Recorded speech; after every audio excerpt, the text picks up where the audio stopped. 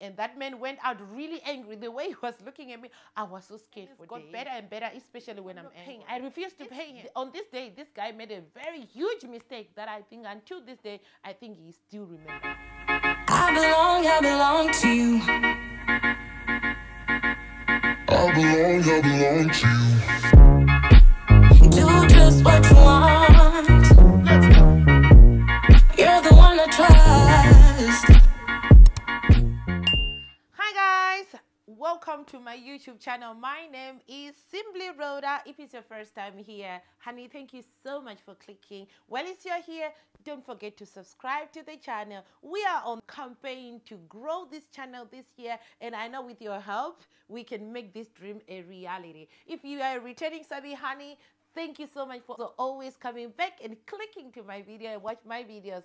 Thank you. If it's not because of you, I wouldn't be where I am right now. So thank you so much. Now, while you are here, you haven't started watching the video, please don't forget to give the video a big thumbs up. As you can tell from the title of the video, today is a story time. Yes, it's been long since we last had our story time. It's been like 2 weeks now. I haven't I haven't showed any of the stories with you guys. So today we are sharing the story about the taxi drivers in China. It always reminds me when I see the taxis on the roads and the drivers on the road, I always laugh and smile at myself, and it reminds me of my own story with a taxi driver in China.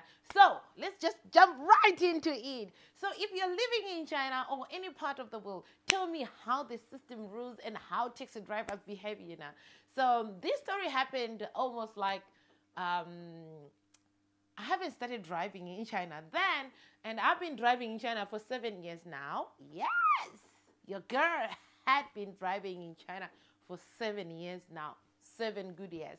So it probably be like 8 years ago. Yes, 8 years ago. As you know, I've been living in China for over a decade now. So yeah, this story happened like 8 years ago. So what happened on this very fateful day? I first came to China as a student. I was studying here, and sometimes I would take taxis, and sometimes I'll just take the normal buses. As you know, buses were cheaper, and they're still cheaper until today. So if you are on a mission to save money, you may as well travel around, move around with a bus, because it's only 1 yuan, from one point to another. It doesn't matter the distance or what, you just pay 1 kwai, 1 yuan. I don't know how much in dollars, but it might be cents, maybe 0 point something cents. All right, it's okay. So let's go on in. So what happened is, I was a student, but I was also doing hustles. Your girl had started hustling way back. I was a student. I was also teaching. I was doing part-time jobs.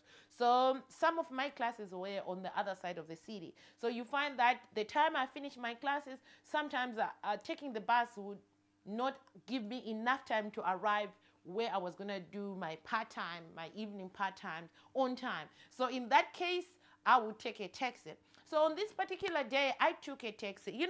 Some 8 years ago, taxis were not so many. There were no DDs in China. So hence, taxis were limited. So you find that during the peak hour, the taxi drivers would pick maybe multiple people going on the same direction, right? But first, the taxi drivers had to ask the passenger whether you agree on him picking and dropping on the way or not. So on that particular day, I was on a rush. I was running behind time, and I didn't want the taxi driver to stop to pick other people, because that was going to make me really late. So I told the taxi driver that, you know what, I'm in a rush. I can't afford you stopping and picking people, and sometimes diverting my route. And the taxi driver thought maybe I'm a fool. I don't know what, he just undermined what I told him. So he went on to, it's not like I was always like having this behavior, like I don't want him to pick, I don't want taxi driver to pick. No. Some days I was so cool, like I have enough time. I'll say, no, it's okay, because I know that's how they were also making money, especially during the peak hour. Because some 8 years ago, people were preferring traveling with buses, unless if there was an emergency, then a person will resort to a taxi. But in this case, then the taxi driver had to ask, not just assume that it's okay for them to make money during their rush hour by picking and dropping on the way. So on this day, this guy made a very huge mistake that I think until this day, I think he still remembers it. He stopped the first time he picked somebody, and I reminded him, Uncle, I'm in a rush. I'm late already. If I wanted you to do this, or if I was not in a rush, I would have taken the bus. But I'm in a rush. That's why I want you to drive as quickly as you can so that I can beat the time. If you are late, even 5 minutes or so, I think it's pointless for me to continue with the trip. Then he said, okay, I understand. And then he did the second time again. So I just get off, I just get off. I realized that, no, this guy is taking me for a ride. He's not getting my point. So I just get off, and the other passenger got off as well. Oh no, the passengers just went in and I got off, and the taxi driver had the guts, the audacity to ask me to pay. So he stopped the taxi. I said, no, I'm not paying because you have already delayed me. I'm late already, so I'm not paying. I refused to pay him. So once that happened, he stopped the taxi and he came to me. He was forcing me, and I look around. I saw there was a police station. So I just said, no, let's go in the police station and resolve our issue. I proposed that we go in the police station, and the guy was like, yes. So the passenger who went in his taxi disembarked. And like I told you, people only took taxis when they are in a rush. So the passenger didn't want to wait for that. So he lost the passenger and he lost me as well. And me, I was leaving without paying him, right? So we went in the police station. And one thing about the police stations in China, do not always speak bad about the police in China, because one thing I like about them, when it comes to law, they follow the law. They don't just favor because he was Chinese, he had the upper hand. No. So we went in the police station and the guy was like, he was speaking so fast and stuff. So he just thought maybe my Chinese was bad. So I was just quiet. I gave him his floor. He started talking, and the police officer was just looking at him, right? And he was blah, blah, blah, blah, blah, blah. Like he wanted the police officer to deal with me immediately. So after he finished, I said to the police officer, can I speak? Because I was using Chinese now. My Chinese got better and better, especially when I'm angry. So the police officer, I said, yeah, you can speak. I was so calm. I was really calm because I understood my rights. So I told the police officer what happens and why I asked this guy. I spoke. The police officer asked me, did you tell him that you didn't want him to? Did he ask you? I said, yes, the first time he asked me, and I said no because I was in a rush. But he stopped and picked someone anyway. Then I said the second time he stopped again. He didn't ask me, and I reminded him that I'm already late. So I just disembarked, and I refused to pay him for that because he delayed me. He wasted my time. And the police officer asked me, is that true? And he said, yes, it's true. And then the police officer, the moment he said, yes, it's true, the police officer just told him, leave right now, leave. So maybe they know that when this man goes out, he was going to wait for me or whatever. The police officer told me to stay in the police station, to sit. He will see me out.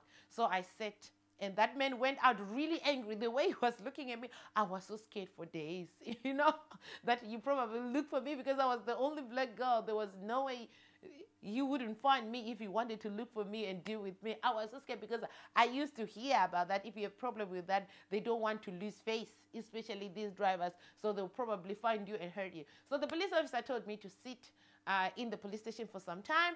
After like 30 minutes, he walked me out and helped me to take the bus back to my apartment. That is my story, y'all. So I don't know if that still happens until this day. I don't know. But for me now, I think I'm cool. And I do take sometimes here and there, like the DDs, but the taxis, I don't understand. I don't know. So let me know in the comment section, does this still happen that the taxi drivers will pick and drop other people, especially if it's during the rush hour? Tell me, do you agree with that? Do they ask for permission to do that before they do it?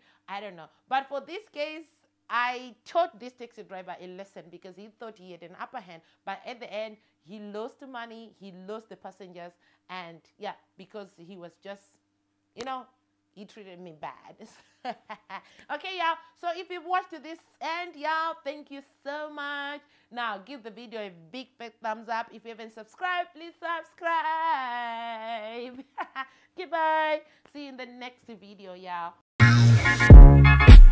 Do just what you want. You're the one I trust.